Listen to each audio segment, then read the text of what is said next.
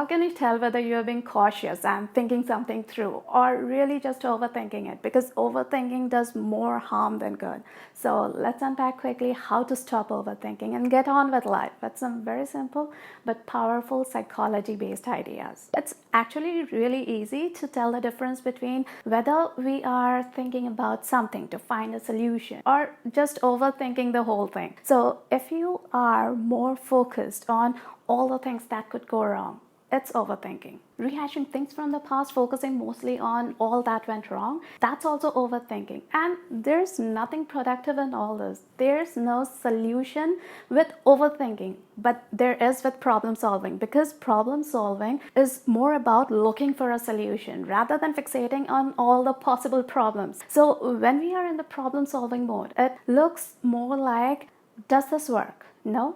How about this?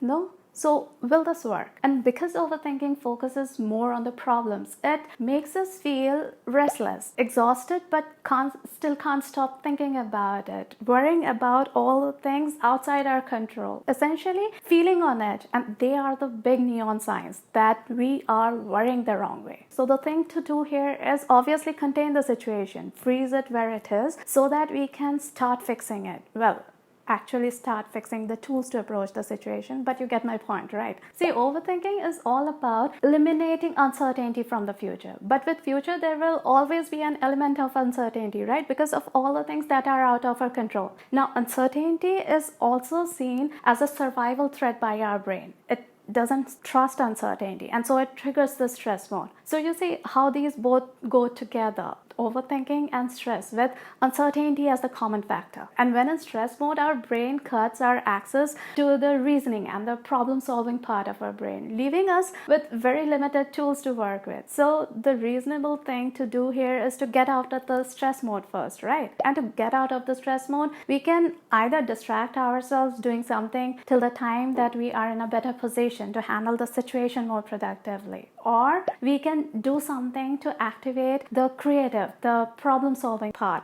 so that the survival part is no longer in control. And I personally prefer the second thing, because when I am overthinking something, doing anything, even the things that I normally like doing, kind of starts to irritate me after a couple of minutes. And a quick way how to stop overthinking by activating the problem solving part of our brain is to follow every troubling thought with the words but and a positive thing. Like, what if I mess this up? But I have done things in my life without messing them up before. And this will get you to think actively, to think creatively, to come up with an answer. And that activates our prefrontal cortex, the problem-solving part of our brain, which will now work to find us a way out. And now that we are in the problem-solving mode, ask, what is the worst-case scenario? And what is the best-case scenario? Even if you think that it might never happen. And also, what do you think is most likely to happen? See, because of our survival auto settings and also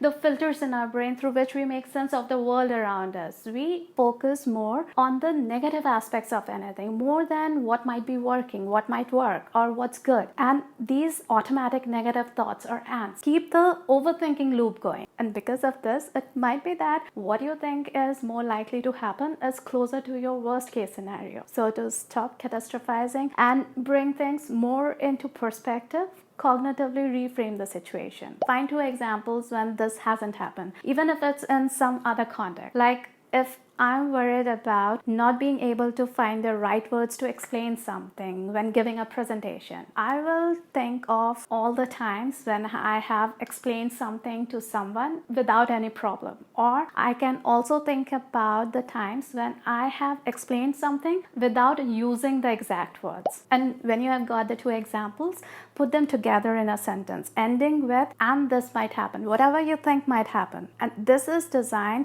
to bring things into a more balanced and realistic perspective. It makes the evidence against what we are worrying about also count in how we think things might be. See, whenever we think about something, it creates an open loop in our mind till the time we reach the end, which then closes the loop. That's how those cliffhangers in Netflix shows work, where without even meaning to, you catch yourself thinking about it between episodes. And that's also why it's really tough to get those overthinking thoughts out of your head, because there's no ending. It becomes a spiral instead of a closed loop, always staying at the top of our mind.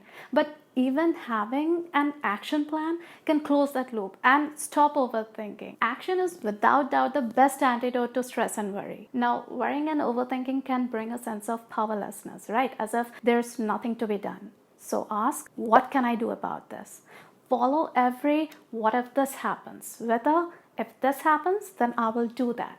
Keeping in mind what's within your control. Sure, it might not solve every problem to your satisfaction, but it will give you an action plan which will close the loop. How to stop overthinking is essentially about closing this loop. But we also need to work on this plan because it will show our brain that this strategy works. And so we will be more inclined to use it the next time we are overthinking.